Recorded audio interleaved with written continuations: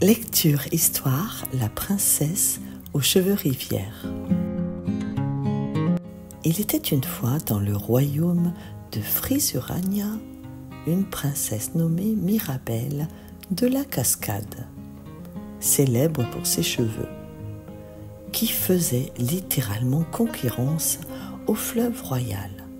Il serpentait dans les couloirs du château, s'enroulait autour des colonnes et parfois des pigeons s'y perdaient.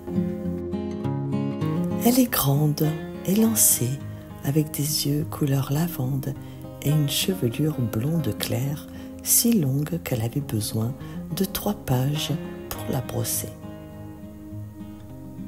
Elle est gentille, drôle, un peu sarcastique et très fatiguée de se prendre les pieds dans ses propres cheveux. Sa robe en mousseline légère bleu clair, pour compenser la chaleur de sa tignasse, toujours accompagnée d'un chariot à roulettes pour transporter sa chevelure.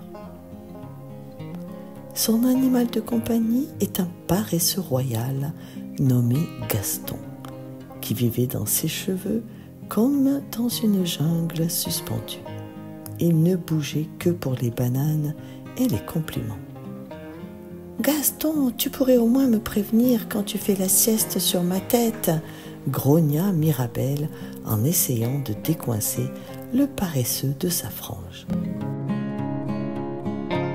Chaque fois qu'elle coupait ses cheveux, schlac, il repoussait aussitôt avec un petit bruit de ressort. Boing! Les coiffeurs du royaume avaient tous pris leur retraite anticipée. Et les princes, ils fuyaient comme des lapins devant un sèche-cheveux. Le dernier avait crié « Elle est maudite, ses cheveux m'ont étranglé pendant le dîner !» Un jour, Mirabelle rencontra Capilina, une fée spécialisée en coiffure magique et en relooking de princesse désespérée. Elle est petite, dodue, avec des bigoudis flottants autour de sa tête. Elle est excentrique, bavarde, adore les jeux de mots capillaires. Sa robe en mèche de licorne avec des bottes en poil de yéti. « Ma chérie, tes cheveux sont une œuvre d'art, mais aussi une arme de destruction massive. On va alléger tout ça. » D'un coup de baguette et d'un shampoingus maximus, Mirabelle se retrouva avec une chevelure mi-longue, brillante, légère et parfaitement domptée. Gaston le paresseux déménagea dans un hamac. Capilina organisa un bal pour célébrer la nouvelle coupe. 3 princes se présentèrent. Le prince Narcissus. Il est beau comme un miroir qu'il ne quittait jamais. Il est égocentrique, parle de lui à la 3e personne. Il a un costume à paillettes dorées, une cape avec son visage brodé.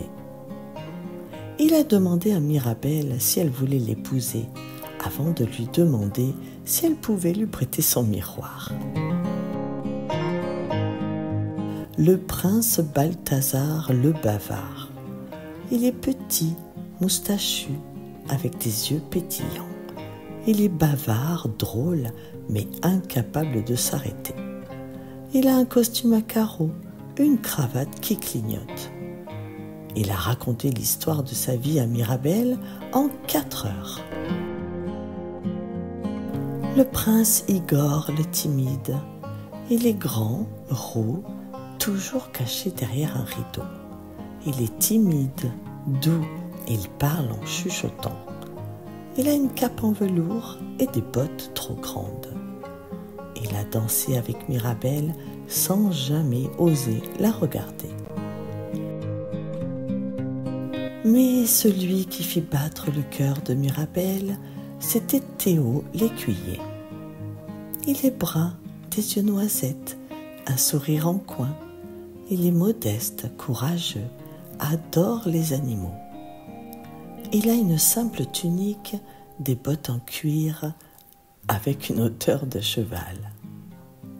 Il a aidé Gaston à descendre de son hamac avec une banane et un poème. Je ne suis pas prince, mais je peux t'aimer comme une reine, et je promets de ne jamais te demander de couper tes cheveux. Mirabelle rougit, Gaston applaudit lentement, et Capilina versa une larme de shampoing. Mirabelle épousa Théo dans une cérémonie où les invités portaient des perruques en hommage à ses anciens cheveux. Gaston devint le conseiller royal en sieste et Capilina ouvrit un salon de coiffure magique. Chez la fée, c'est stylé. Et ils vécurent heureux, coiffés et bien hydratés.